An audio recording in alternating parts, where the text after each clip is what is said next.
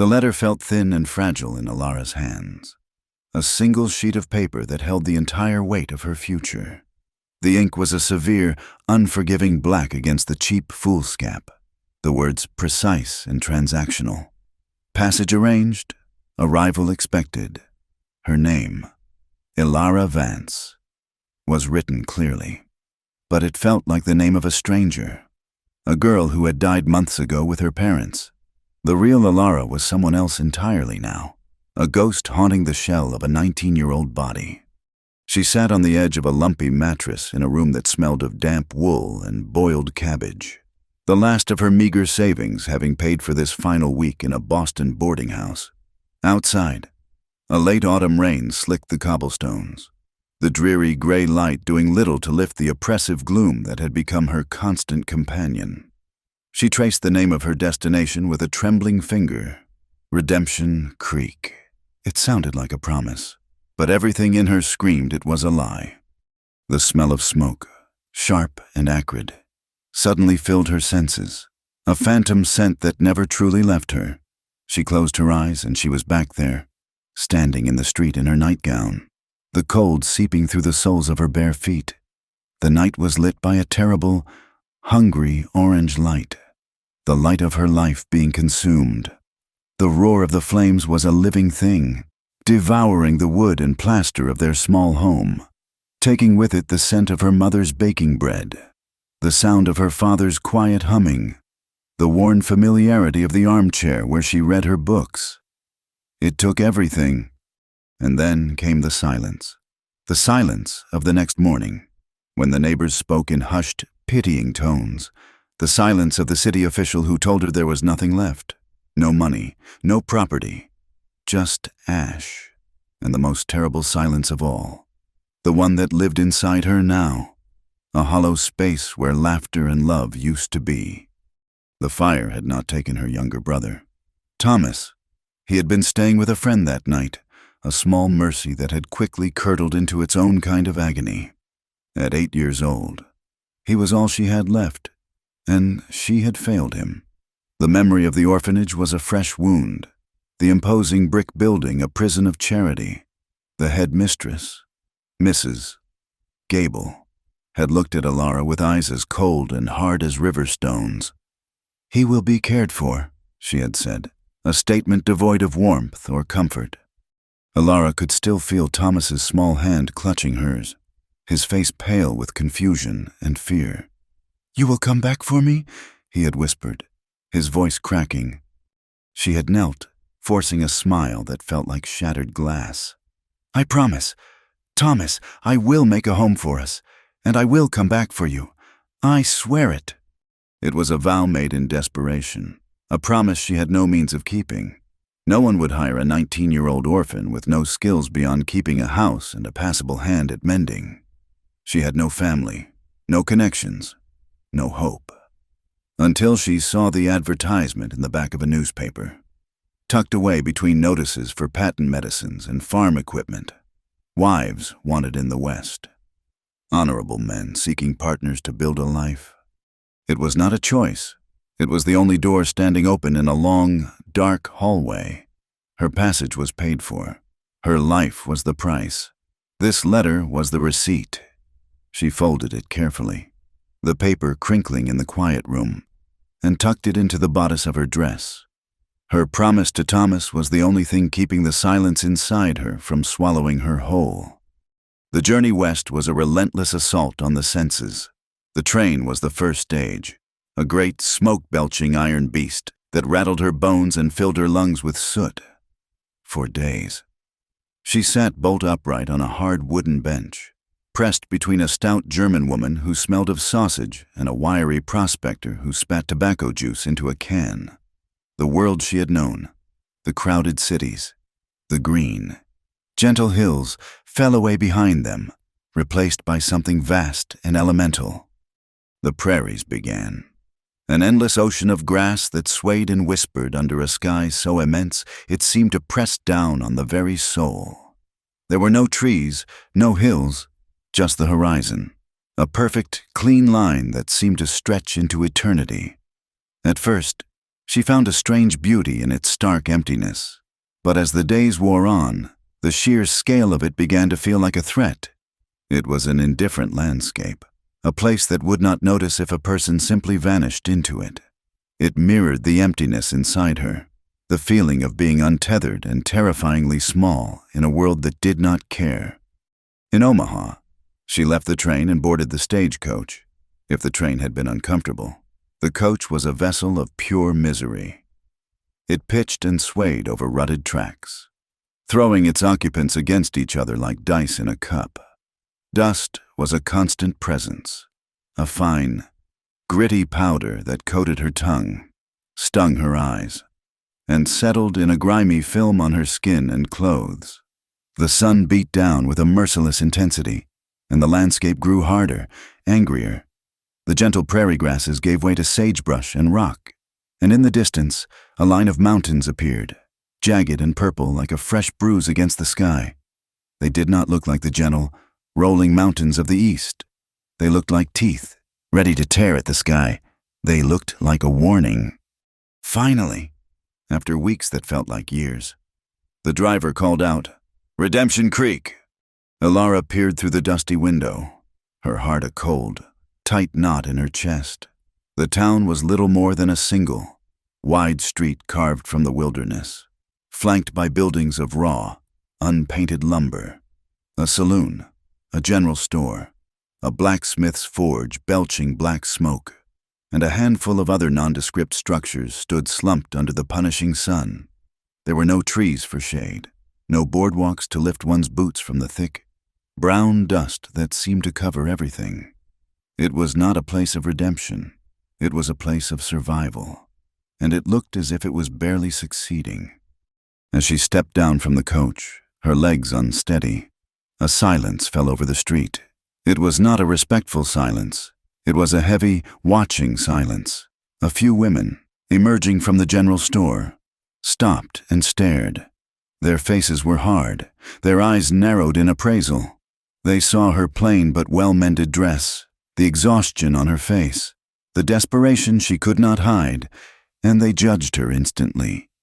She could see the verdict in their tight-lipped expressions, could hear it in the whispers that started as they leaned their heads together behind their hands. The men were worse. A group of them loafing outside the saloon turned as one. Their stares were not judgmental. They were possessive. They looked her up and down as if she were a horse on the auction block, their gazes lingering in a way that made her skin crawl with a feeling of violation. She pulled her thin shawl tighter around her shoulders, a useless gesture against the weight of their eyes. In that moment, she had never felt more alone, more exposed. She was a piece of mail, delivered and now subject to the inspection of the entire town. A man detached himself from the shadows of the general store's porch and walked towards her. For a terrifying moment, she thought he was one of the leering men from the saloon, but there was a stillness about him that was different. He was tall, and the first word that came to her mind was solid. He was built like an oak tree, with shoulders that seemed to block out the sun and hands that hung at his sides like weathered mallets. His face was all harsh angles and sun-baked leather, dominated by a jagged white scar that cut a path from the corner of his left eye down to his jawline. It gave his face a permanent, forbidding severity. His hair was dark and shaggy, his clothes simple and durable, buckskin trousers and a plain linsey-woolsey shirt, all of it clean but worn. He did not speak. He simply stopped a few feet in front of her, his gaze steady and unreadable. This had to be him, Silas, her husband. Her heart, which had been a knot of anxiety, now sank like a stone into the pit of her stomach. The advertisement had said he was a mountain man, a recluse. It had not mentioned the scar, or the immense, intimidating silence that clung to him like a shroud. He looked hard and brutal, a man carved from the very mountains that loomed over the town.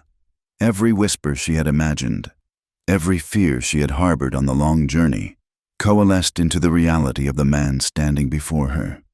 He was the brute the town's condemning stares had promised.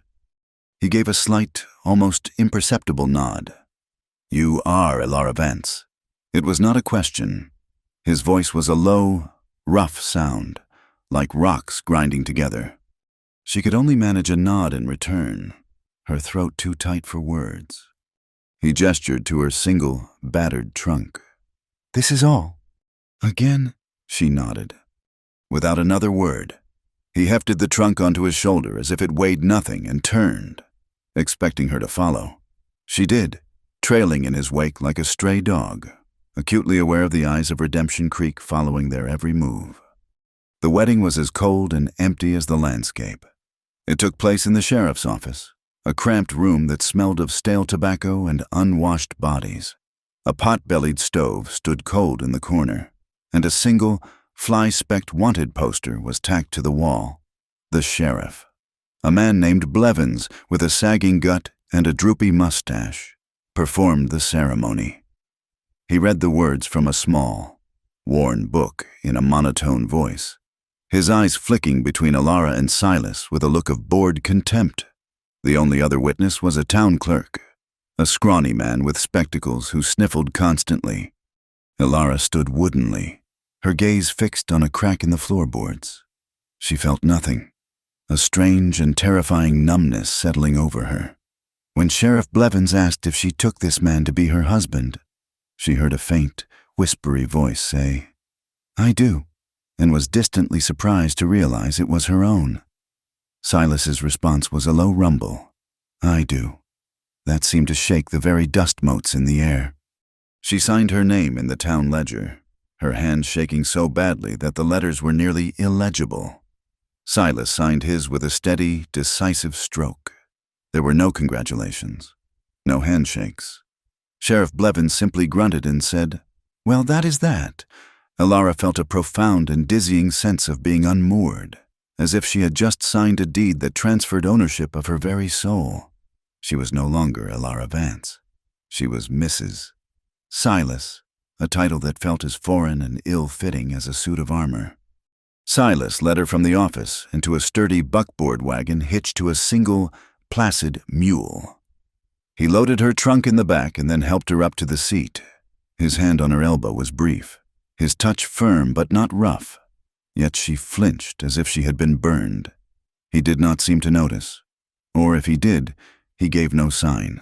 He climbed up beside her, took the reins, and with a soft click of his tongue, set the mule into motion. They rode out of Redemption Creek in silence. The journey up into the mountains was long and arduous. The wagon trail little more than a suggestion of a path that wound ever higher. The air grew thinner, cooler, scented with the sharp, clean fragrance of pine. The farther they went, the more the world seemed to fall away, leaving only the creak of the wagon wheels, the rhythmic plod of the mule's hooves, and the immense, pressing silence between them. The landscape was beautiful in a way that frightened her. Towering pines clung to the slopes, their dark green a stark contrast to the sheer granite cliffs that rose up like the bones of the earth. A hawk circled in the vast blue emptiness above them. It was a wild, untamed beauty, magnificent but utterly indifferent to human life. It was a place of profound isolation, and she knew, with a certainty that chilled her to the bone, that if she screamed here, no one would ever hear.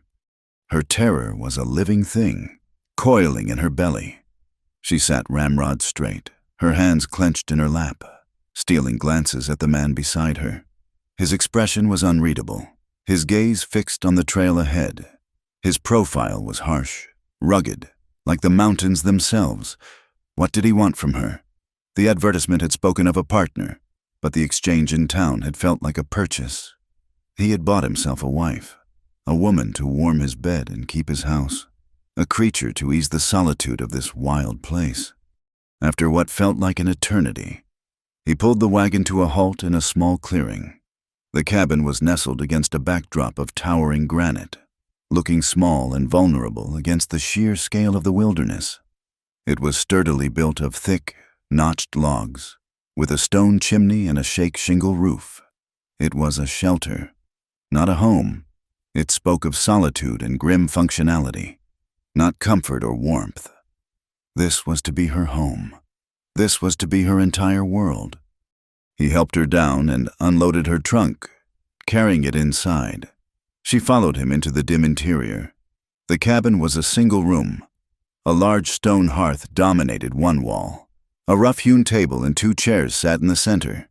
In the corner was a bed, a simple frame with what looked like a straw-stuffed mattress.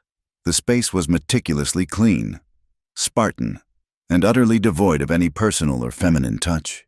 It was the den of a bear, a place of hibernation, not of life. He set her trunk down at the foot of the bed. "The stove is there," he said, gesturing to the hearth. "Water is from the creek out back. The necessary is behind the trees." He spoke in short, practical sentences, his voice seeming to be absorbed by the thick log walls. He showed her where the food supplies were kept, sacks of flour, beans, and salted meat. Then he took his rifle from its pegs by the door. "I will see to the mule." And then he was gone, leaving her alone in the oppressive silence. The sun was beginning to set, casting long, menacing shadows through the single window. Night was coming, the wedding night. Elara felt a paralysis of fear creep over her. This was it. This was the final part of the transaction, the duty she was expected to perform. She was his wife. She belonged to him. The thought made her feel sick. She slowly walked to the bed and sat on the very edge of it, her back rigid. Her hands clasped so tightly, her knuckles were white. She did not undress.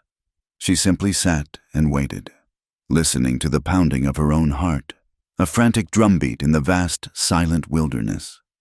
The door opened, and he filled the frame, a dark silhouette against the deepening twilight.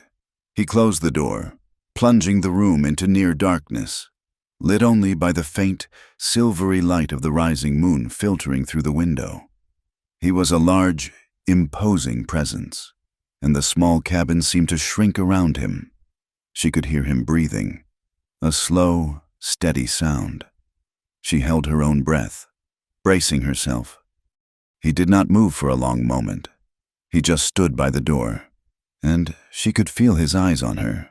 Though she could not see his expression, she could feel the sheer terror radiating from her, a palpable thing in the cold air.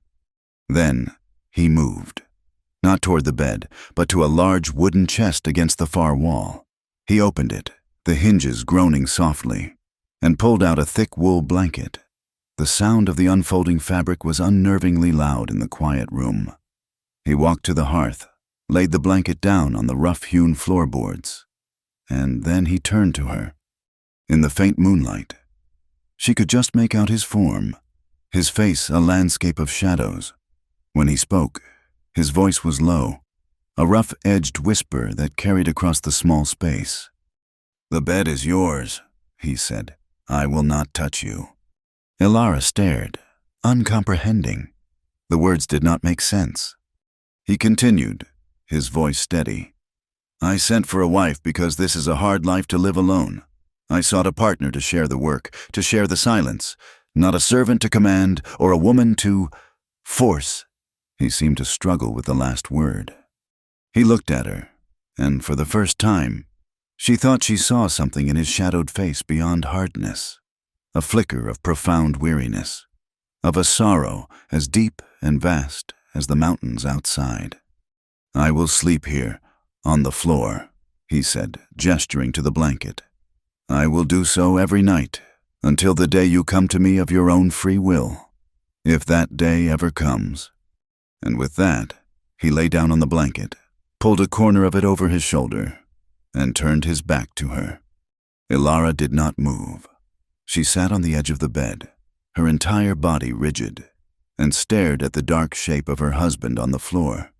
The cabin was silent, save for the sound of his steady breathing and the whisper of the wind in the pines outside.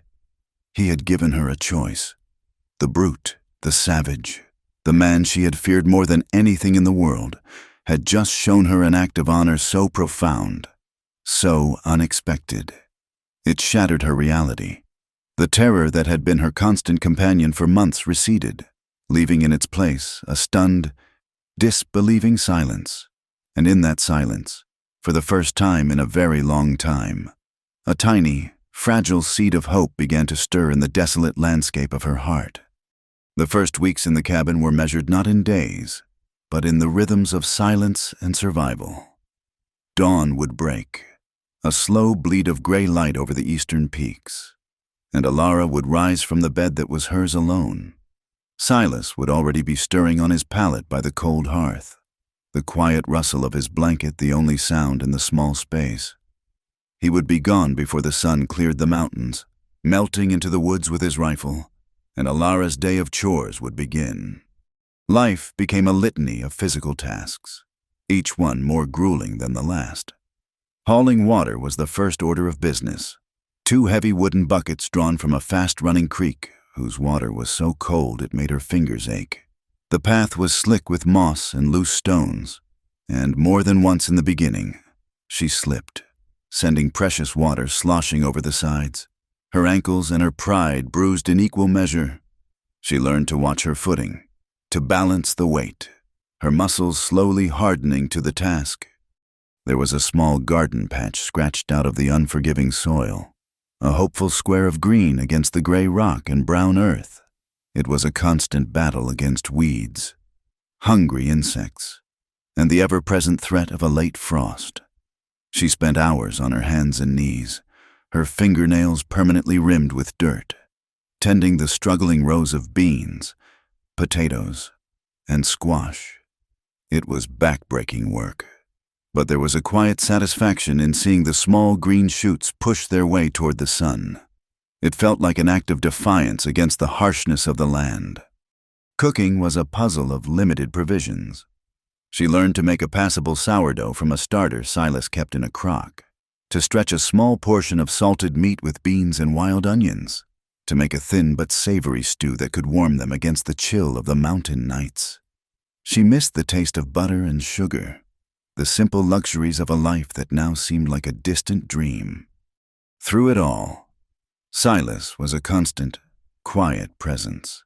He was a man who spoke with his hands. He never told her the correct way to hold the axe to split kindling.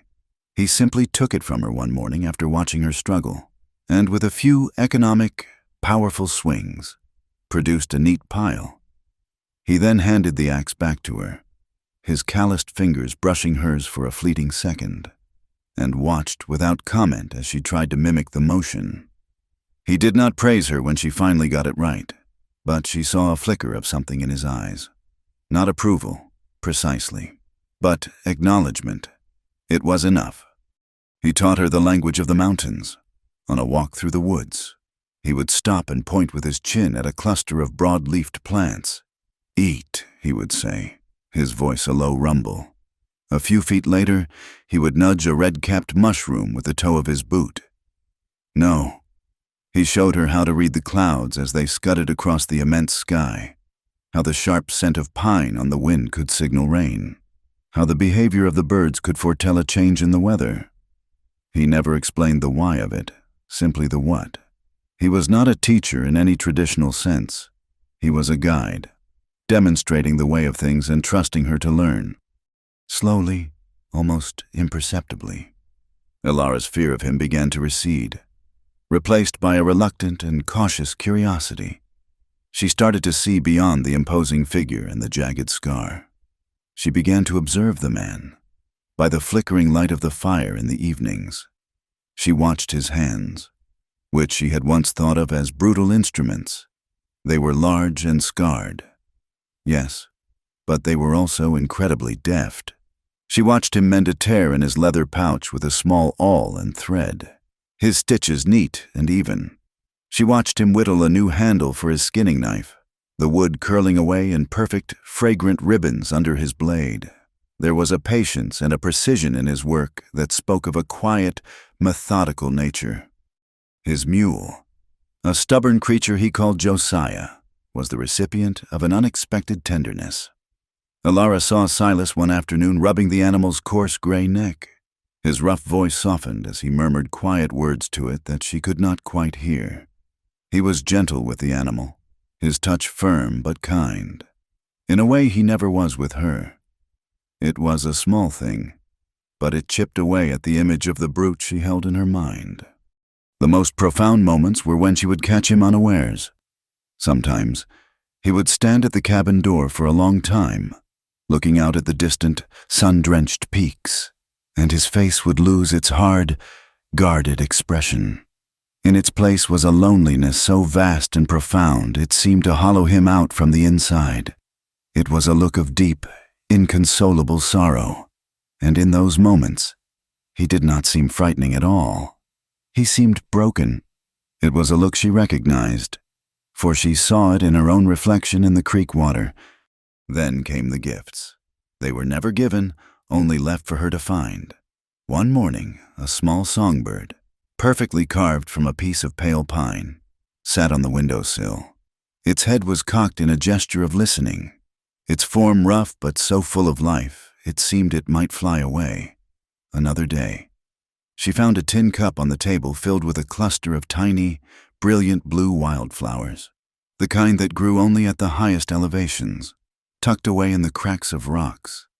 She had seen them once from a distance and thought them beautiful, never imagining she would hold them in her hand. The most thoughtful gift was a new axe handle.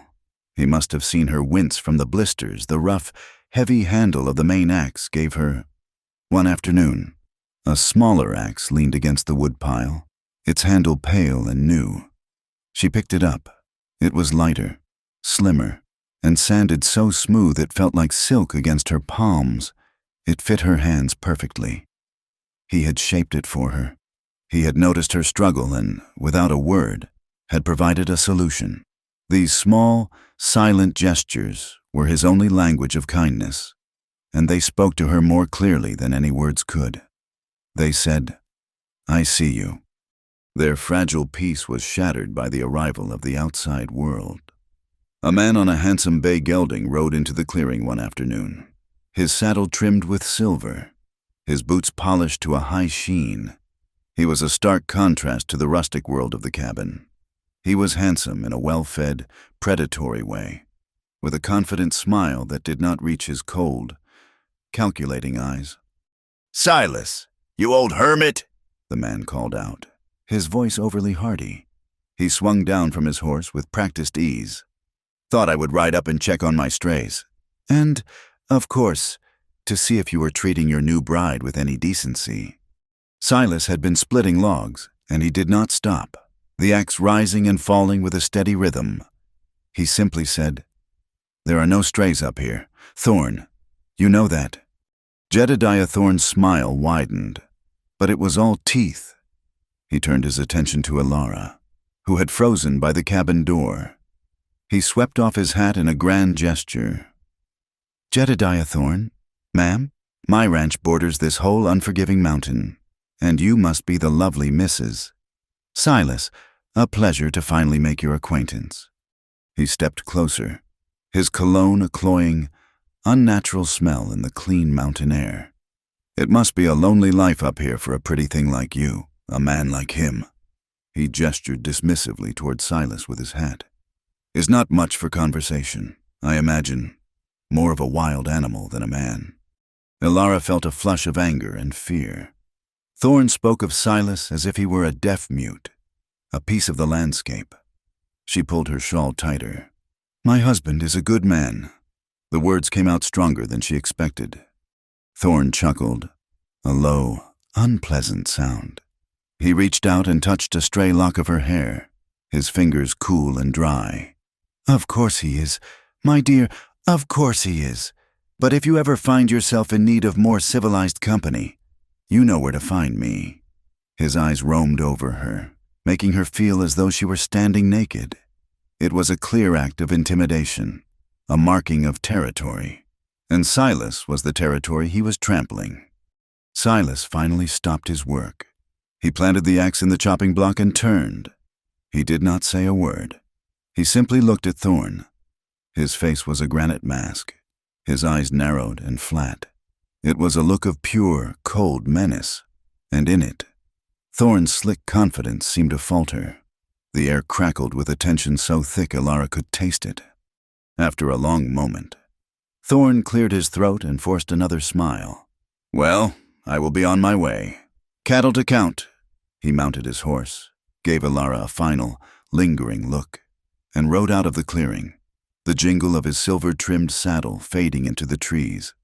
Silas stood watching until he was long gone, his body rigid, his hands clenched into fists at his sides. A week later, the need for supplies forced them down the mountain and into Redemption Creek. The journey, which had once filled Alara with terror, now felt different. She was no longer a frightened girl being delivered to a stranger. She was returning from her home, a place of quiet predictability, and the town now seemed like the alien landscape. The ordeal began the moment they guided the wagon onto the main street. The shunning was immediate and absolute. The women she had seen on her arrival were there again, and as she passed, they turned their backs on her, presenting a solid wall of calico and disapproval. The storekeeper, a balding man named Mr. Henderson, served them with a sullen reluctance, placing their sacks of flour and salt on the counter without a word, his eyes fixed on a point just over Silas's shoulder. Alara tried to offer a polite smile to a woman examining a bolt of cloth, but the woman met her gaze with a look of such undisguised contempt that Alara's face burned with shame. She felt like a disease, something to be avoided at all costs. As they were leaving the store, a carriage pulled up, and a woman dressed in severe, expensive black silk descended. She had a face like a clenched fist, and she looked at Alara as if she were something unpleasant she had found on the sole of her shoe. It was Beatrice Thorne, Jedediah's wife. "Well, look what the mountain coughed up." "Mrs. Thorne said, her voice loud enough for everyone on the street to hear. She looked Alara up and down, a cruel smirk twisting her thin lips. "I suppose even mountain trash needs its provisions." The word struck Alara with the force of a physical blow. Her cheeks flamed, and tears of humiliation pricked at her eyes. She wanted to shrink, to disappear, but then she felt Silas move to stand slightly in front of her. He did not speak to Mrs. Thorne. He did not even look at her. He simply stood there, a silent, menacing shield. His presence was so intimidating that Mrs. Thorne, after a moment, sniffed disdainfully and swept into the store. But the wound was deep. On the silent ride back up the mountain, the woman's words echoed in her mind. Mountain trash. As they passed a group of men, she overheard a fragment of conversation, a few words that snagged in her memory. "The fire, his own wife and child, got away with it." She looked at Silas, at the jagged scar on his face, at his silent, stoic profile. A fire, a death. Was this why they hated him?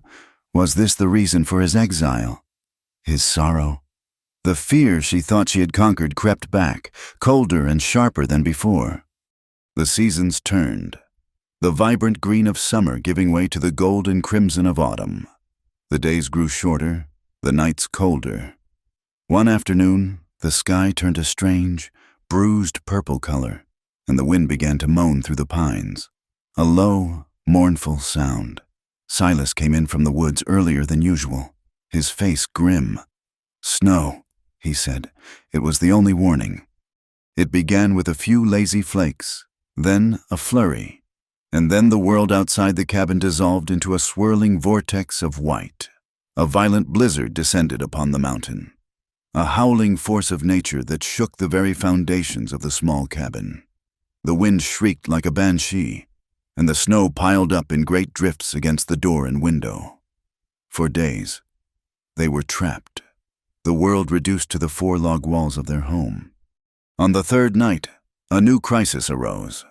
The fire in the hearth began to sputter, and a thick, acrid smoke began to billow back into the room. It filled the cabin in moments, a choking, blinding cloud.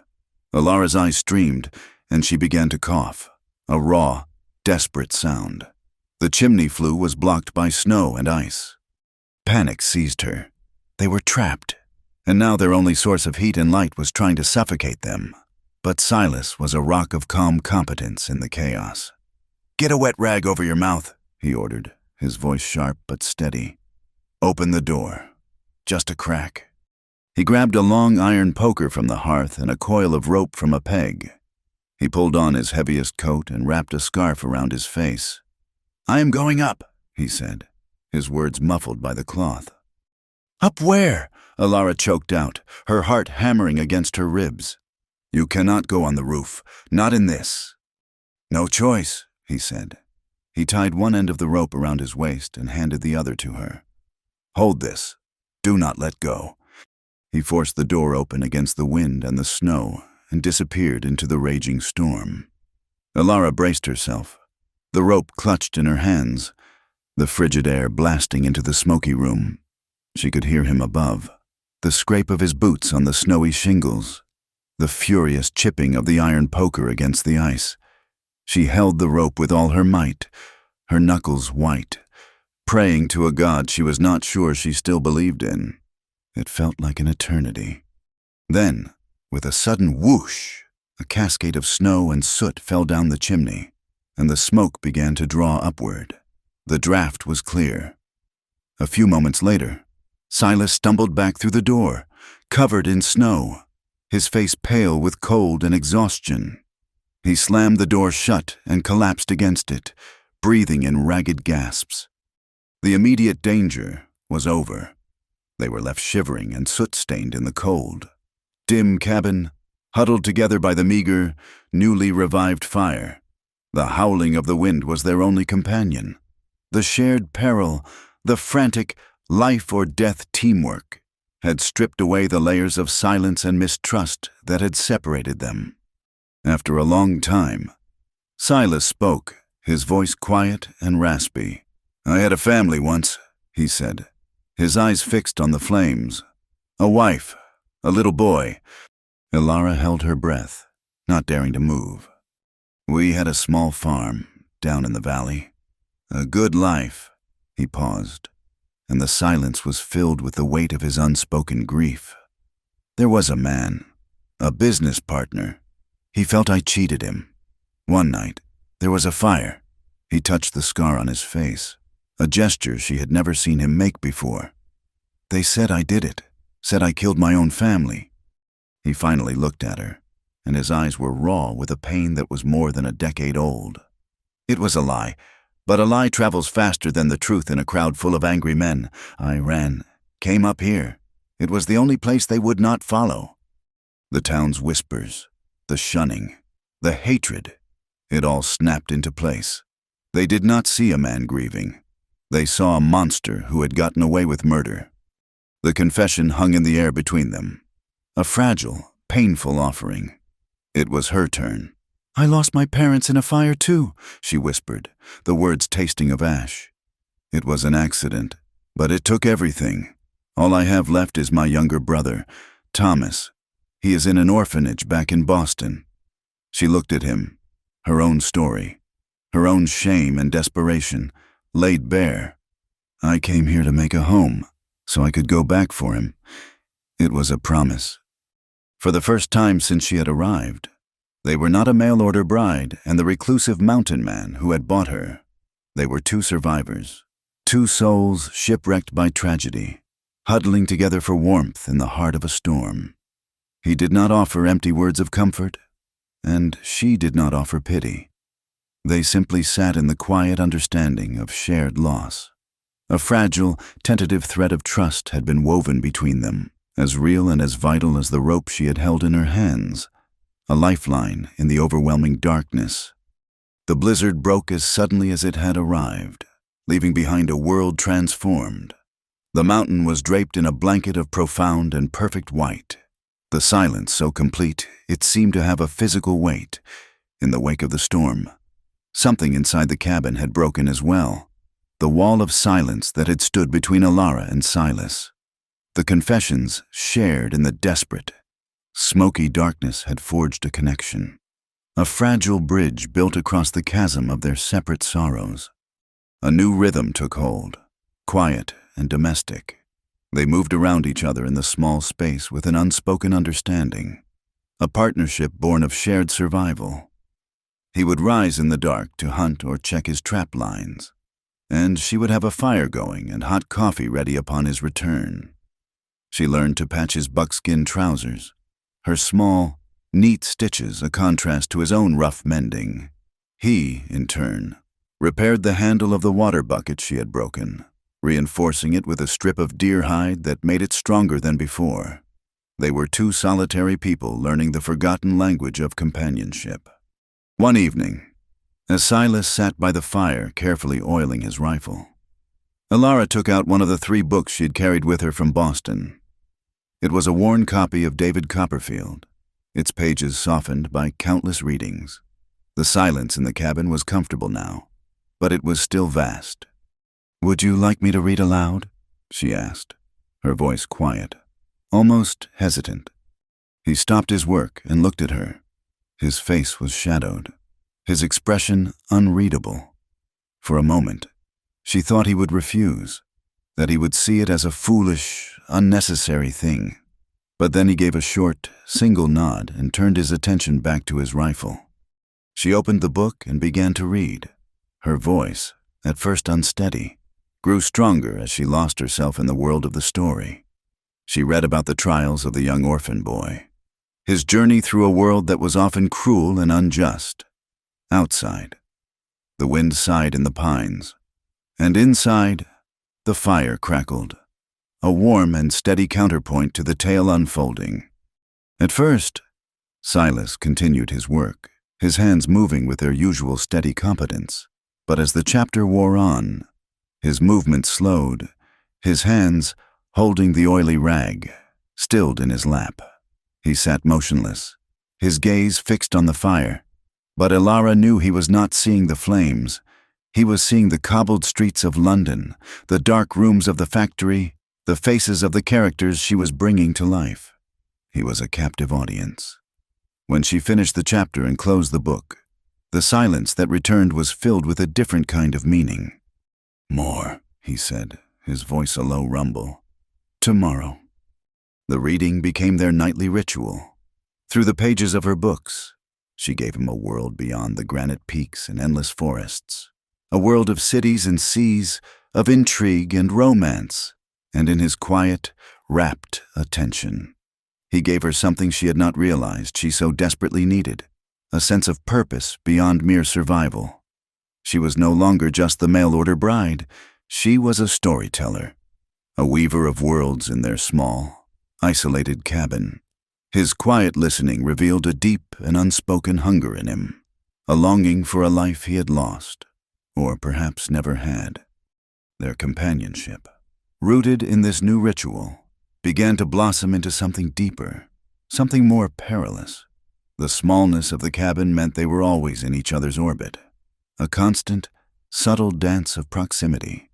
A simple act, like her passing him a plate of food, became charged with a new significance when their fingers brushed. The touch was fleeting, accidental, but it sent a jolt through her, a warmth that had nothing to do with the fire. She saw him look at his own hand afterward, a flicker of surprise in his eyes.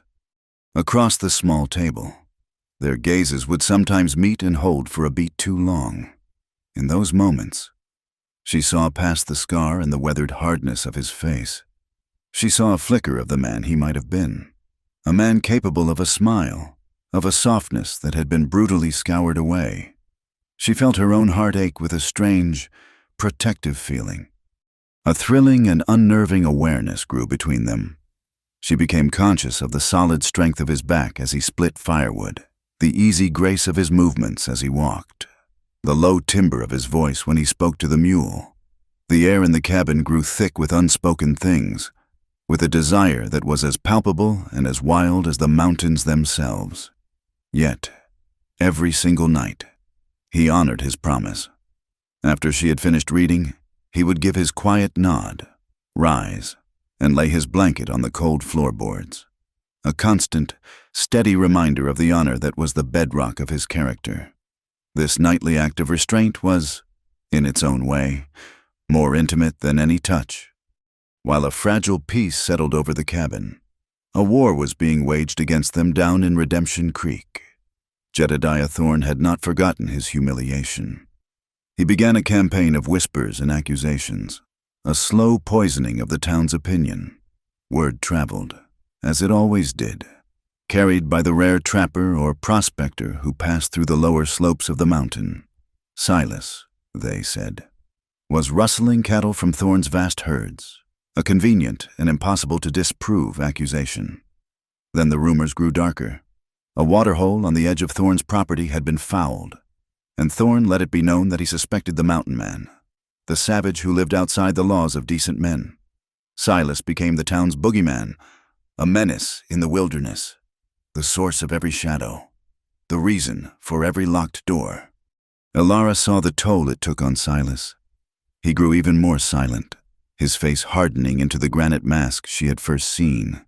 He carried a tension in his shoulders that had not been there before. He was a man being caged by lies, and there was nothing he could do to fight back. The first real breath of kindness they received from the outside world came from the Miller family. Their small homestead was the last outpost of civilization before the trail turned truly wild. A struggling farm clawed from the rocky soil at the foot of the mountain. Elara had met Sarah Miller once when fetching a stray goat, and the woman, unlike the others in town, had a warm smile and kind eyes. She had offered Elara a cup of cool buttermilk and had spoken to her as an equal. Her son, a boy of 10 named Jacob, was a shock of bright red hair and endless curiosity. He was not afraid of Silas. He would sometimes appear at the edge of their clearing, watching Silas with wide, admiring eyes. One day, he approached with a small basket of wild raspberries, offering it to Silas as a gift. Silas had been startled, but he had accepted the offering with a gruff nod, and Elara had seen him later that day, carving a small, intricate wolf from a piece of scrap wood. She knew it was for the boy. One afternoon, a low, rumbling roar echoed down from the high peaks. It was not thunder. It was the sound of the mountain groaning, of tons of rock and earth letting go. A rock slide. Later that evening, a frantic Ben Miller appeared at their cabin, his face pale with terror. Jacob was gone. He had gone to check a rabbit snare up on the ridge that morning, near the area of the slide, and he had not come back. Within an hour, they could see the flicker of torches in the valley below, a search party. From their vantage point, Elara watched the lights bobbing in the darkness. She saw a tall man on a fine horse organizing the others, his voice carrying faintly on the wind. It was Thorne, and she watched, her heart turning to ice, as he led the party away from the ridge, away from the site of the rock slide, steering them toward the opposite side of the creek with loud pronouncements about the boy likely trying to follow the water. He was casting suspicion even as he feigned concern. "That brute on the mountain knows these woods," she heard him shout. "Let us hope the boy did not cross his path." Silas had already been gathering supplies, ropes, a lantern, a medical kit. He knew what Thorne was doing, and he knew that he was the only one who could find the boy. "I am going with you," Elara said, her voice firm. It was not a request. He looked at her, ready to refuse, to tell her it was too dangerous. "You know the mountains," she said, meeting his gaze without flinching. "But I can help. I can carry things. I can watch. I will not stay here and wait while a child is lost." He saw the iron resolve in her eyes, the same resolve that had gotten her across the country, that had seen her through the blizzard. After a long moment, he gave a single, sharp nod. They moved through the darkness like ghosts, Silas in the lead, Elara close behind. He was a part of the wilderness, moving with a silent, unerring certainty. He read the landscape like a book, pointing out the subtle signs she would have missed: a freshly broken twig, a scuff of a boot on a patch of moss, the faintest of tracks in the damp earth by a stream. They were Jacob's tracks. They searched through the night and into the next day. The terrain grew treacherous, a chaotic jumble of fallen trees and shattered rock from the slide. Elara's muscles screamed in protest, and her lungs burned from the thin air. But she pushed on, driven by the image of Jacob's small, freckled face. Their shared purpose was a silent, unbreakable bond between them. Every fear she had ever had of the wilderness, of the darkness, of him, was burned away by the fierce, urgent need to find the boy. It was Silas who finally heard it, a faint, weak cry, nearly lost in the sound of the wind.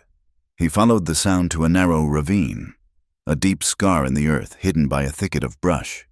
And there, at the bottom, was Jacob. He was alive, but his leg was twisted at a sickening angle, pinned beneath a small boulder. Getting to him was perilous, but Silas moved with the care and precision of a surgeon, securing a rope and lowering himself into the ravine. Alara watched from above, her heart in her throat. She saw Silas speak to the boy, his voice a low, calming rumble. She saw him gently work the rock free and then, with incredible tenderness, splint the boy's broken leg with a branch and strips of his own shirt. When he finally emerged from the ravine, Jacob was cradled carefully in his strong arms, the boy's face pale with pain, but his eyes filled with a desperate, trusting relief. They started the slow, careful journey back towards the Miller homestead. Silas bore the boy's weight as if it were nothing, his steps sure-footed even on the treacherous ground. They had done it. They had found him. A feeling of profound, triumphant relief washed over Alara. They were in a stretch of open woodland when the search party burst through the trees. Thorn was in the lead, his face a mask of theatrical concern that instantly curdled into triumph when he saw them. He pointed a dramatic finger, his voice booming through the forest. "There he is! The beast has him!" The dozen or so men with him, their minds already poisoned by Thorn's rumors, surged forward. "He has attacked the boy! Look, he is trying to make off with him!" Thorn roared, seizing his opportunity. "No!" Alara cried out, stepping forward. "That is not true! He was trapped! There was a rock slide! Silas saved him!" But no one was listening to her. They only saw what Thorn told them to see. A large, scarred, rough-looking man, his clothes torn and dirty from the search, carrying an injured child. It was the perfect picture of their darkest fears. As the men surrounded Silas, Alara saw one of Thorn's ranch hands, a man with cruel, shifty eyes, move quickly behind Silas. In a single, fluid motion, he slipped something into the leather satchel at Silas's side. It was a dark object, a flash of metal, a knife. A moment later, the same man shouted, "Check his bag! He might have the weapon!" The townspeople descended into a self-righteous mob. They tore the satchel from Silas's side, and the man who had planted the evidence was the one to pull it out. He held up a knife, its blade smeared with blood. "It is the boys!" someone yelled. It was a lie, a perfectly executed piece of theater. Silas, still carefully holding the injured child, could not defend himself. Sheriff Blevins pushed through the crowd, his face grim with a false sense of duty. "He saved him!" Alara screamed, grabbing the sheriff's arm. "Please, you have to listen. The boy's leg is broken from a fall." Blevins shoved her aside so hard she stumbled and fell to her knees. "That is enough out of you, missy." He turned to Silas, his voice cold. "Silas, you are under arrest for the attempted murder of this child." They ripped Jacob from his arms, the boy crying out in pain and fear. "He helped me," Jacob wept, but his weak voice was lost in the angry shouts of the men. They bound Silas's hands behind his back, shoving him forward roughly. As they dragged him away, Silas turned his head, his eyes finding Alara's. In them, she saw no fear for himself. She saw only a look of utter, heartbreaking despair. It was a look that said he had expected this, that this was how his life was always meant to be. But beneath it was a raw, tearing agony for her, for leaving her alone to face the wrath of these men, this town, this world that had condemned him long ago. He was thrown in the small, filthy jail in Redemption Creek. The next day, a circuit judge, a known friend and business associate of Jedediah Thorn's who just happened to be passing through, was called to preside. The trial was a farce. Thorn told his story. His man swore he saw the attack. The bloody knife was presented as undeniable proof. Ilara's testimony was dismissed as the hysterical rantings of a fallen woman. The boy was too weak and feverish to speak coherently. The verdict was delivered before the sun had set. Guilty. The sentence was death by hanging. The judge's voice was a distant drone. The word hanged. A stone dropped into the silent well of Ilara's shock. The sound echoed, reverberating through her until her bones felt hollow. She did not remember leaving the sheriff's office. Only that one moment she was standing on the packed dirt floor, and the next, she was outside. The cruel afternoon sun beating down on her head. The faces of the townspeople swam before her, a blur of smug satisfaction and righteous piety. They looked at her with a mixture of pity and contempt, the woman who had tied herself to a monster. She walked, her legs moving of their own accord, taking her to the edge of town, to the rutted track that led up into the mountains. Grief, a cold and suffocating tide, rose up in her, threatening to pull her under. It was the same hollow, breathless feeling she'd had after the fire, the same sense that the world had been knocked from its axis and would never be right again. She had lost her parents, she had lost her home, she had been forced to leave her brother, and now she was going to lose Silas, the one person who had shown her honor, the one person who had looked at her and seen not a burden or an object, but a partner. The injustice of it was a physical pain, a hot knife twisting in her gut. She sank to her knees in the dust, the carefully constructed walls of her composure crumbling into dust.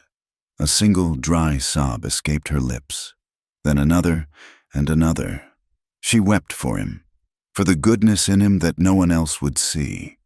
She wept for the family he had lost, and for the new, fragile life they had just begun to build, a life that was to be extinguished before it ever had a chance to truly burn bright. She wept until there were no tears left, only a raw, empty ache. And then something else began to stir in the desolate quiet of her heart. It started as a spark in the ashes of her grief, a flicker of defiance. The weeping stopped. She lifted her head, her eyes dry and burning. The grief was still there, but it was no longer a suffocating weight. It was transmuting, hardening, crystallizing into something else entirely. It became a cold, diamond-hard fury. They were wrong. Thorne, the sheriff, the judge, this whole rotten town, they were all wrong. Silas was innocent. He was a good man, a better man than any of them. Jedediah Thorne had orchestrated this, had manipulated an entire town's fear and prejudice to serve his own greedy ends. And she was the only one who knew the truth. The thought was terrifying, but it was also liberating. Her fear was gone, burned away by the clean, white-hot fire of her rage.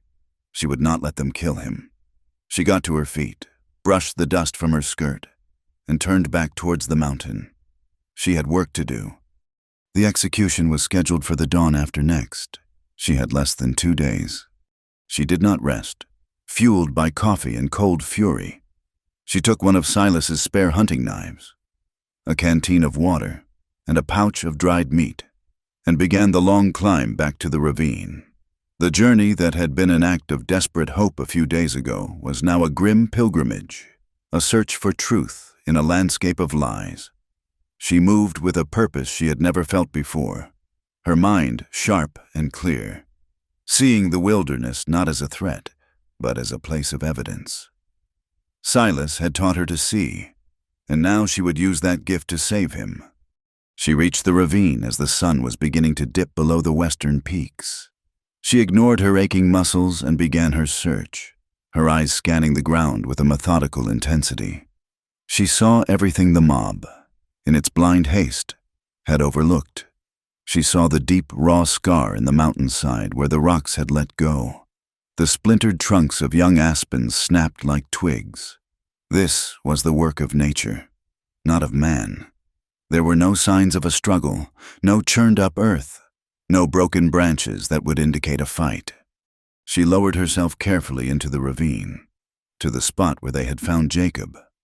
She examined the ground, her fingers tracing the indentation where the boy had lain. Then she began to search for the boot prints. She found Silas's easily. His prints were deep and clear in the damp earth. The mark of a large man carrying a heavy burden. They were the prints of a rescuer. Then her eyes caught something else, tucked away under the lip of an overhanging rock, partially obscured by a fallen branch, was another set of prints. Her heart began to pound. These were not Silas's.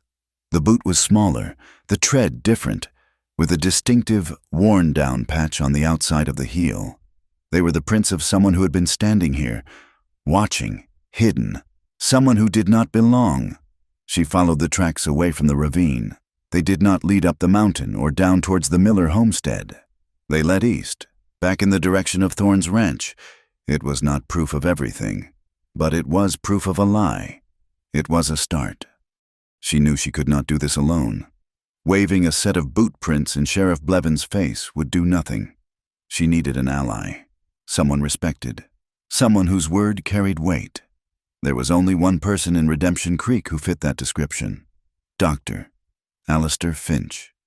He was an older man, quiet and bookish, who had come west for his wife's health years ago. After she had passed, he had stayed, a man of science and quiet integrity in a town that valued neither. Most importantly, Elara knew he despised Jedediah Thorne. She found him in his small office, a tidy room that smelled of carbolic acid and old paper. He was reading by the light of an oil lamp, his face weary in the dim glow. He looked up, surprised to see her. "Mrs. Silas," he said, his voice gentle. "I am sorry for what has happened. It is a terrible business." "He is innocent, Doctor," Elara said, her voice low and urgent. She wasted no time on pleasantries. "Thorne framed him." "Doctor," Finch sighed, taking off his spectacles and rubbing the bridge of his nose. "My dear girl, this whole town believes your husband is guilty. Thorne has seen to that. There is nothing to be done." "That is not true," she insisted. "I have evidence." She began to speak, her words coming in a torrent. She told him about the rock slide, the lack of any struggle, the tracks she had found that did not belong to Silas. She laid out the facts with a clear, desperate logic. "You examined the boy, did you not? Jacob Miller. Tell me, what were his injuries?" The doctor looked at her, his initial reluctance giving way to a flicker of interest. Her fierce conviction was compelling. "He sustained a compound fracture of the left tibia and fibula," he said, his voice taking on a clinical tone. "Severe bruising along his back and ribs. All his injuries are consistent with a significant fall and being pinned by a heavy object. They are not consistent with a knife attack. In fact," he added, his eyes narrowing in thought, "there was not a single cut or stab wound on him." Elara's heart leaped. "Will you tell the sheriff that?" He hesitated. "Blevins is Thorne's man. He will not listen to me. It is my word against Thorne's, and Thorne owns this town." "Then we need more than your word," Elara pressed, her mind racing. "There has to be a reason. Why would Thorne do this? Why would he want to hurt the Miller family?" "Doctor," Finch looked at her, a long, appraising look. He saw not a hysterical woman, but a determined, intelligent one. He made a decision. "Jedediah Thorne wants the Millers' land," he said quietly. "Their homestead is small, but it has the only year-round spring on this side of the mountain. With that spring, Thorne could water a herd twice the size of what he has now. He has been trying to buy Ben Miller out for years, but Ben refuses to sell. A motive. It was all falling into place." "And what of the man who found the knife?" Elara asked. "One of Thorne's ranch hands." The doctor nodded slowly. "That would be Caleb. A drunk, mostly. But he was a good cowhand once. Thorne fired him a few weeks back, said he was a liability. But I heard Caleb boasting in the saloon that it was because he knew too much about his boss's crooked dealings. He might be your man, if you can get him to talk." Finding Caleb was not hard. He was exactly where the doctor suggested he might be, in the darkest, filthiest corner of the Redemption Creek saloon, nursing a glass of cheap whiskey. He was a man hollowed out by guilt and drink, his eyes bloodshot and haunted. It took all of Ilara's courage to push through the swinging doors, to walk into that den of men who hated her and her husband, and approach him. He looked up as she neared his table, his eyes widening in fear and recognition. "What do you want?" he slurred, trying to sound belligerent. "Get away from me." "I want the truth, Caleb," Ilara said, her voice steady, though her heart was hammering. She sat down opposite him, her gaze unwavering. "I know what you did. I know that Thorn ordered you to plant that knife." He flinched, knocking back the rest of his whiskey in a single, desperate gulp. "I do not know what you are talking about." "An innocent man is going to hang at dawn tomorrow?" she said, her voice cutting through the haze of alcohol. "Silas saved that boy's life, and you helped send him to the gallows for it. That is a heavy sin to carry. Does the whiskey make it any lighter?" He stared into his empty glass, his hands trembling. "Thorn would kill me." "And what do you think your life is now?" she countered, her voice softening slightly. "Hiding in the bottom of a bottle, waiting for him to decide you are a loose end he needs to tie up. You can let an innocent man die and live with that for the rest of your miserable life. Or you can do the one decent thing you have left to do and tell the truth." She pushed a piece of paper and a pencil, which she had gotten from the doctor, across the sticky table. "Write it down. Caleb, write down that Thorn paid you, that you planted the knife, that the blood was not the boy's. Write it down and sign it. It is the only thing that can save your soul now." He stared at the paper as if it were a venomous snake. For a long, agonizing minute, he was silent. Then, a shudder ran through his entire body, and he let out a choked sob. He grabbed the pencil, and in a shaky, almost illegible scrawl, he wrote it all down. His confession a messy smear of graphite and guilt. He signed his name at the bottom and shoved the paper back at her, not meeting her eyes. "Now get out of here," he whispered, "before he finds out." Clutching the signed affidavit, a fragile piece of paper that held Silas's life in its fibers, Ilara went to the jail. It was late, the town dark and quiet. She bribed the night deputy with the last of her silver dollars to grant her a final visit. The cell was a cold, damp stone box that smelled of mildew and despair. Silas was sitting on the edge of a narrow cot, his large frame looking impossibly constrained in the small space. He looked up as she approached, and the weariness in his face was so profound it stole her breath. He rose and came to the bars, his hands gripping the cold iron. "Ilara," he said, his voice a rough whisper, "you should not be here. It is not safe for you." "I am not leaving you," she said, pressing her own hands against the bars, her fingers finding the gaps between his. The contact was a shock of warmth in the cold air. "I have proof. Silas, I have a confession from the man who planted the knife. I am going to get you out of here."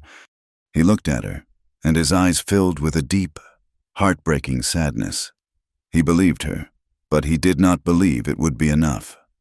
"Thorn owns this place," he said softly. "The law here is whatever he says it is." She saw the resignation in his face, the acceptance of his fate.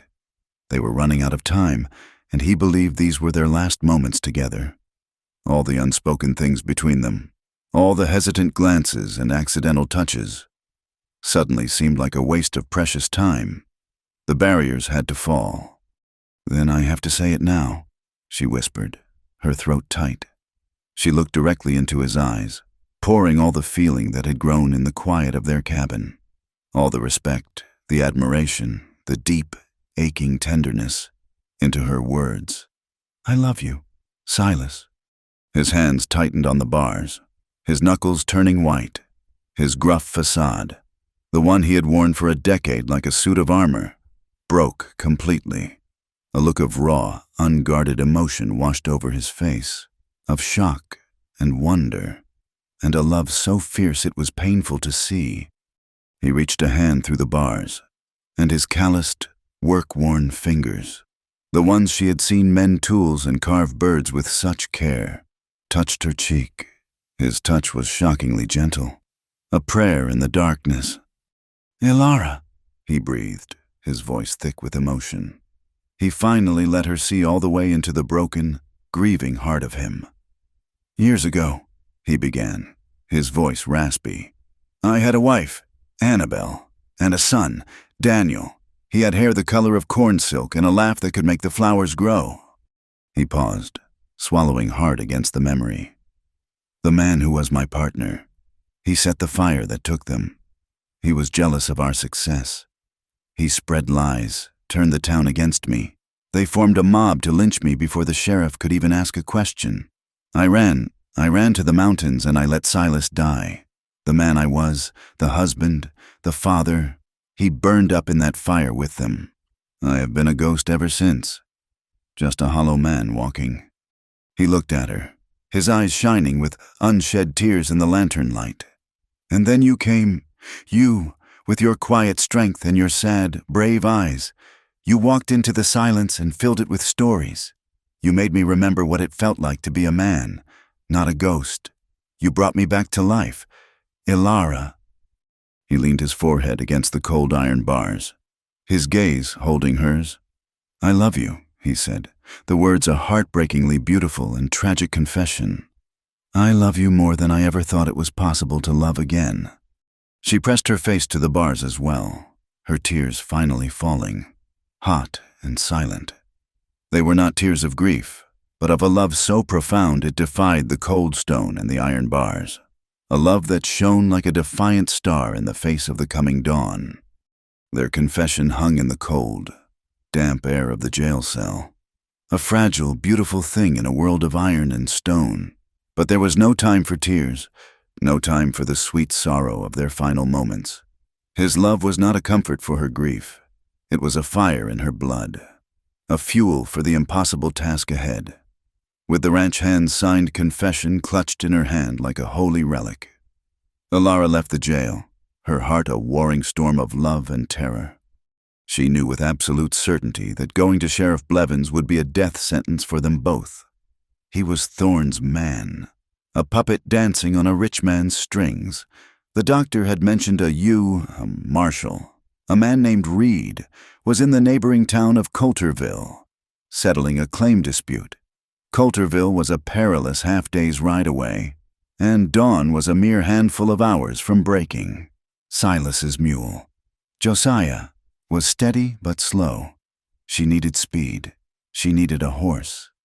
The decision was not a decision at all, but a necessity. She moved through the darkened back alleys of Redemption Creek, a ghost powered by righteous fury. The livery stable loomed ahead, a large, dark shape smelling of hay and manure. The main doors were barred, but she found a small, unlatched window at the back. Hoisting herself through, she dropped silently onto the hay-strewn floor. The horses shifted in their stalls, their soft snorts loud in the stillness. She chose a rangy-looking sorrel, a horse built for speed, not for show. Her hands, clumsy with haste and fear, worked at the unfamiliar buckles of the saddle and bridle.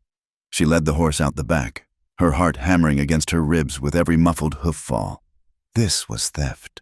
She was a criminal, breaking the law in a desperate bid to serve justice. She was mounting the horse at the edge of town when she heard the shout, "There she is! Stop her!" A pair of riders burst from a side street, their forms silhouetted against the moonlight. Thorne's men. He had been watching her. The realization sent a fresh jolt of fear through her, but there was no time for it. She dug her heels into the sorrel's flanks, and the horse leaped forward, stretching into a gallop, carrying her out of the sleeping town and into the dark, wooded foothills. The chase was a nightmare of pounding hooves and tearing branches. The men behind her were skilled riders, their shouts and curses echoing through the trees, drawing ever closer. They knew the main trail to Coulterville, and she knew she could not outrun them on a straight path. Panic clawed at her throat. But then, a different voice cut through the fear. A low, steady voice from her memory. It was Silas's voice. "The deer do not use the wide trails. Too easy for the wolves." She wrenched the horse's reins. pulling it from the main track and onto a barely visible deer trail that cut sharply up a steep incline. The branches whipped at her face and arms, tearing at her dress, but she leaned low over the horse's neck, urging it on. The path was treacherous, littered with loose rocks and tangled roots, but it was a shortcut, and it was her only chance. Her pursuers were forced to slow, their heavier horses struggling on the uneven ground. She gained a precious few hundred yards, but she could still hear them crashing through the undergrowth behind her. The trail opened onto a small clearing, and, for a terrifying moment, she was exposed in the moonlight. Across the clearing, the main trail beckoned. It was a trap. Sound carries in the open. A creek bed is better. The rocks and the water hide the tracks. Again, Silas's practical wisdom guided her. Instead of crossing the clearing, she veered sharply right, plunging down a short, steep bank and into the shallow, fast-running creek. The water was shockingly cold, splashing up to her knees. But she urged the horse forward, its hooves clattering on the slick, round stones. The sound was loud to her own ears, but she knew the rushing water would muffle it for her pursuers.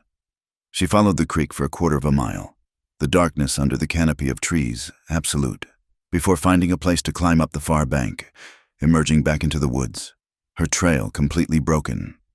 She paused, listening, her breath coming in ragged gasps. For the first time, she heard nothing but the sound of the wind and her own thundering heart. She had used his knowledge, the intimate secrets of the terrain that he had shared with her, to save herself. She was a part of his world now, and it was a part of her. She reached Coulterville as the first hints of gray were softening the eastern sky.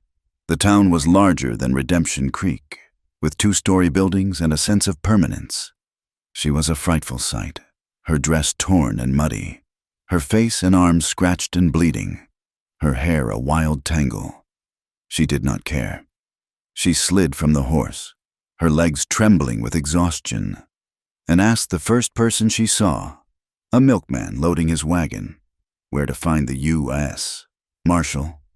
She found Marshall Reed in the hotel dining room, a tall, hard-bitten man with a sun-creased face and eyes the color of faded denim. He was finishing his breakfast and preparing to leave. He looked up as she burst in, his expression one of weary annoyance. "Marshall Reed?" she asked, her voice breathless. "That is me. What is it?" he said, his tone making it clear he had no time for hysterics. "You have to come to Redemption Creek. They are going to hang an innocent man at dawn." He sighed, wiping his mouth with a napkin. "Redemption Creek's justice is their own affair. Ma'am, I have no jurisdiction unless federal law has been broken." "It has," she insisted, stepping closer to his table. "A man has been framed for attempted murder by the most powerful man in town. The sheriff and the judge are on his payroll. This is not justice. It is a conspiracy." He looked at her, his gaze skeptical. He had heard stories like this before, from the wives and sweethearts of guilty men. "Do you have any proof of this conspiracy?" "I do." She pulled the folded pieces of paper from her bodice.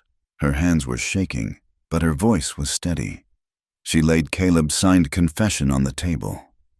"This is an affidavit from the man who was paid by Jedediah Thorne to plant a bloody knife in my husband's satchel." The marshal's eyes flickered with interest. He picked up the paper and read it, his expression unreadable. "The boy who was injured," Alara continued, pressing her advantage, "was never stabbed. I have a written assessment from Dr. Alistair Finch. The boy's injuries were from a fall during a rock slide. My husband, Silas, found him and was carrying him to safety when Thorne and his mob arrived." She placed the doctor's note beside the confession. Finally, she gave him the last piece of the puzzle. "Thorne wants the boy's family's land. It has the only spring-fed creek in the area. This was never about a crime. It was about greed." Marshall Reed read both documents again, his brow furrowed. A signed confession, a doctor's official assessment, a clear and compelling motive. This was no longer a simple local matter. This smelled of the kind of deep-rooted corruption that it was his job to uproot. He folded the papers and tucked them into his coat pocket. "Get yourself some coffee, ma'am," he said, his voice now crisp and authoritative. "My deputy and I will have our horses ready in 5 minutes. We ride for Redemption Creek immediately." The ride back was a desperate, punishing race against the rising sun. The marshal pushed their horses relentlessly, his face set like stone. The sky turned from gray to pink, from pink to a brilliant, terrifying gold. Alara's heart pounded with every beat of her horse's hooves. Were they too late? The question was a frantic prayer, a silent scream against the wind. They crested the final ridge and saw Redemption Creek spread out below them. A crowd was gathered in the town square, a dark mass of humanity. In the center of it, stark against the morning sky, stood the newly constructed gallows. They were too late. No, they could not be. They galloped down the trail and into the town, their horses churning up clouds of dust. The crowd was silent, their faces turned upward with a grim, voyeuristic fascination. Silas was on the platform, his hands bound behind him, a coarse burlap hood covering his head and a thick rope noose settled around his neck. He stood straight and still, a figure of impossible dignity in the face of his own murder.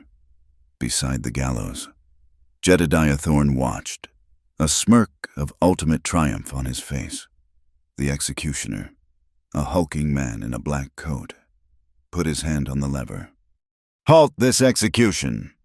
Marshal Reed's voice was a roar that cut through the silence like a cannon blast.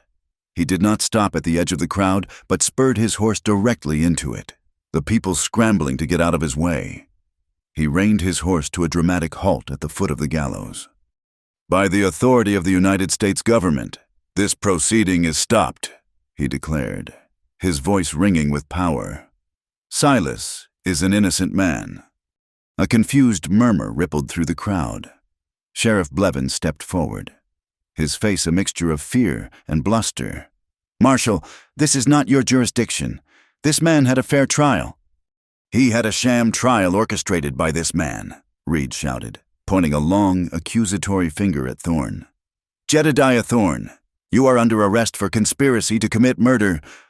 He held up Caleb's confession. "I have here a signed statement from Caleb, admitting that Thorne paid him to plant a phony piece of evidence. I also have a statement from Dr. Finch confirming the boy's injuries were from a fall, not a knife. This was never about justice. It was about land and greed and the evil of one man." The crowd stared, their faces a canvas of shock and dawning comprehension. They had been lied to, manipulated, turned into the instruments of Thorne's vengeance. Cornered and exposed. Thorne did not surrender. His face twisted into a snarl of pure hatred, the face of a rat in a trap. He pulled a pistol from his coat, the metal glinting in the morning sun. The crowd screamed and surged backward. Alara had dismounted and was pushing her way to the front, her eyes only on Silas. In that moment of chaos, Thorne saw her. He lunged, grabbing her and spinning her around, pressing the cold muzzle of the pistol to her temple. "Everybody back!" he shrieked, his voice cracking with panic. "Back, or the woman dies!" The marshal drew his own weapon but could not get a clear shot. Alara stood frozen, Thorne's arm a steel band around her throat, the smell of his sweat and fear filling her senses. On the gallows, Silas, who had stood silently through the whole ordeal, now acted. With the hood still over his head, he could not see, but he could hear. He knew Alara was in danger. He did the only thing he could. With a powerful thrust of his legs, he kicked the lever himself. The trapdoor sprang open with a loud crack. Alara screamed his name. He dropped, but the executioner, in his methodical preparations, had left a few inches of slack in the rope. It was not enough to hang a man properly, but it was enough. The rope snapped taut not on his neck, but lower, under his chin and jaw. Instead of a fatal snap, the force of the drop was converted into momentum. He swung through the empty space, a pendulum of fury, arcing his body under the gallows platform. He emerged from the darkness beneath the wooden structure, his bound hands in front of him, moving with a swift, calculated intelligence that stunned everyone. Thorn, his attention fixed on the marshal, never saw him coming. Silas tackled him from behind, a low, powerful impact at the knees. Thorn shrieked as his legs were taken out from under him, his shot going wild, the bullet harmlessly burying itself in the dirt. He crashed to the ground, the pistol flying from his grasp. In an instant, the marshal's deputy was on him, cuffing his hands behind his back. In the stunned silence that followed, Marshal Reed himself climbed the gallows steps and cut a freed Silas down, pulling the hood from his head. Silas ignored the marshal, ignored the gasping crowd, ignored the sputtering, defeated Thorn being dragged away. His eyes, fierce and raw with emotion, found Alara. He walked to her, his steps weary but steady, his path clearing as the townspeople stepped back in a wave of shame and awe. He stopped in front of her. He did not speak. He did not need to. He gently lifted his hands, still raw from the ropes, and cupped her face. His thumbs brushed away the tears she had not realized she was shedding. His touch said everything words could not, his gratitude, his terror, his boundless, breathtaking love. She leaned into his touch, her hands coming up to cover his. They stood there for a long moment, two survivors in the middle of the town square, clinging to each other, and the people of Redemption Creek, who had so eagerly gathered to watch a man die, now stood witness to something far more powerful, a love that had stared into the face of death and had refused to blink. In the weeks that followed Jedediah Thorn's arrest, a strange and penitent quiet settled over Redemption Creek. The town, having been so certain in its condemnation, was now adrift in a sea of collective shame. The truth, laid bare so dramatically by the Uinta. Marshall was a harsh mirror, and no one liked the reflection of the mob they saw in it. Silas was a free man, his name not only cleared but elevated to something approaching legend. Some of the townspeople, prodded by their consciences, sought them out. Ben Miller, his son Jacob recovering well under Dr. Finch's care, came to the small room they had taken at the boarding house and wrung Silas's hand, his eyes wet with a gratitude that needed no words. His wife, Sarah, embraced Alara, whispering, "God bless you, child. God bless you both." Others offered their apologies with the awkward shuffling of feet and a deep inability to meet Silas's steady gaze. Mr. Henderson, the storekeeper, pressed a large sack of coffee beans and a wheel of cheese into their hands, mumbling that it was on the house. Even a few of the women who had turned their backs on Alara now offered hesitant nods, their faces a mixture of guilt and a new, grudging respect. Silas accepted it all with a quiet, unreadable dignity. He held no malice. He understood the nature of fear and how easily it could be twisted into hatred by a man like Thorn. But he did not offer them the comfort of easy forgiveness, either. He and Alara both knew that the soil of Redemption Creek was poisoned for them. The town that had so eagerly sought his death could never truly be their home. They had found their sanctuary, not among other people, but with each other, in the high and lonely wilderness, without discussion, for none was needed. They made their decision. They bought a good pack mule and loaded their wagon with enough salt, flour, seed, and tools to last them a year. And then, one cool morning, they rode out of town, leaving the shame of Redemption Creek to fester in their wake. The journey back up the mountain was a return to grace. The air grew cleaner, the silence purer. When their cabin came into view, nestled against the granite cliffs, it was no longer the stark shelter Alara had first seen, but a haven, a fortress of their own making. The trauma they had endured, the fire that should have consumed them, had instead forged their bond into something unbreakable.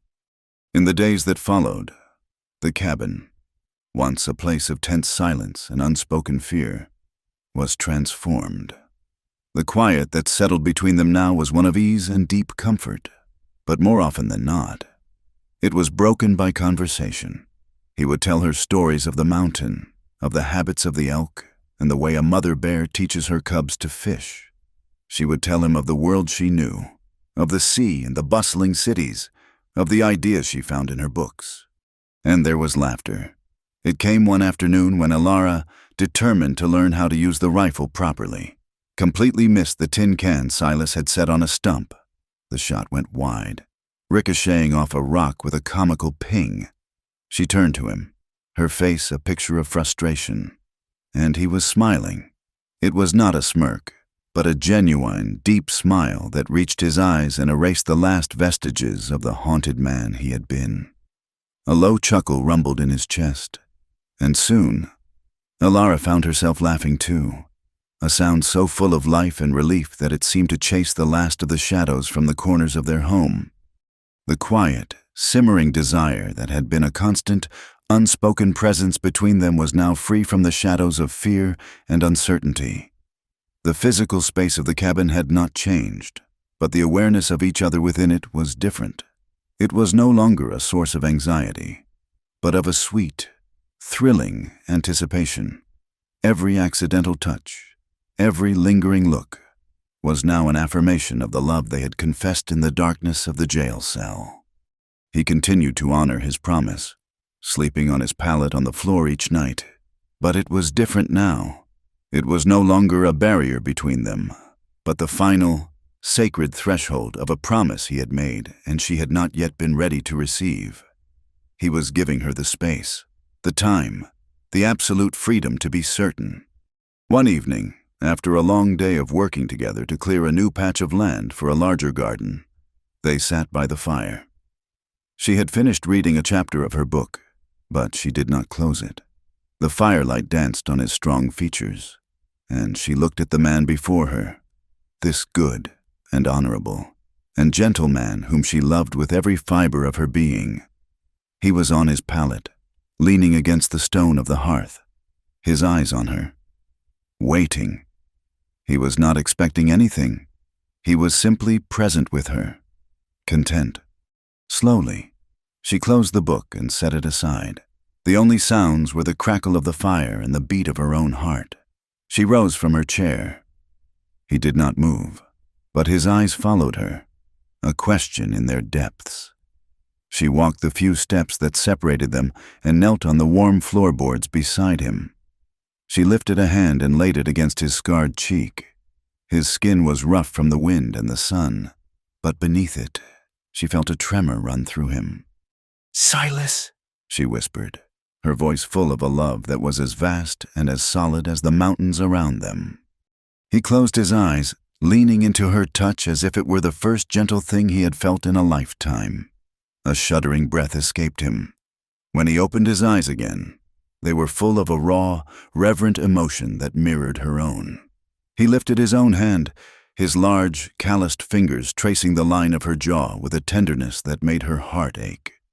This was her choice, an act of her own free will, born not of duty or obligation, but of a love that had been tested in the crucible of injustice and fear. This was the true consummation of their marriage, a promise freely and joyfully met. He gathered her into his arms, and in the warm, flickering light of the fire, they came together. It was a union that was as much a healing as it was an act of passion. It was a gentle mending of broken pieces, a silent vow to erase the scars of the past with the tender certainty of the present. It was the quiet, passionate, and deeply emotional culmination of their long journey from strangers to survivors, from partners to soulmates. The seasons turned, and their life took on the sturdy, hopeful rhythm of creation. They were no longer just surviving, they were building. That winter, they pored over sketches Alara drew on scraps of paper, planning an expansion to the cabin. When the spring thaw came, they worked side by side, felling trees and hewing logs. He taught her the art of the notch and the dowel, and she learned to wield a hammer and saw with a skill that surprised them both. By summer, a new room stood beside the old one, with a wide window that looked out onto the valley. They built a sturdy barn for Josiah and the 2 goats they had bought, and their small garden patch grew into a large, thriving plot that provided them with nearly all the food they needed. He taught her to be a creature of the mountains, just as he was. He took her hunting, teaching her the patience of the stalk, the importance of a clean and merciful shot, the way to read the wind. She became an expert tracker, her eye as sharp as his for the slightest sign of passage. In return, she continued to bring the world to him. She read him stories of kings and explorers, of science and poetry. They would talk for hours, their minds as engaged as their bodies, true partners in every sense of the word. One day in late summer, as they sat together watching the sunset, Elara turned to him. "It is time," she said softly. He knew at once what she meant. His savings from years of trapping and selling furs, money he had never had a reason to spend, had been carefully set aside. The next week, they loaded the wagon and began the long journey east. It was the reverse of the trip that had brought her to him, but this time she was not a frightened girl traveling toward an uncertain fate. She was a strong, confident woman, riding beside her husband to fulfill the most sacred vow of her life. The orphanage was just as grim and imposing as she remembered, and the face of Mrs. Gable was just as cold, but Elara was not the same desperate orphan the woman had dismissed a year ago. She stood tall, her hand resting on Silas's arm, and she spoke with a quiet authority that could not be denied.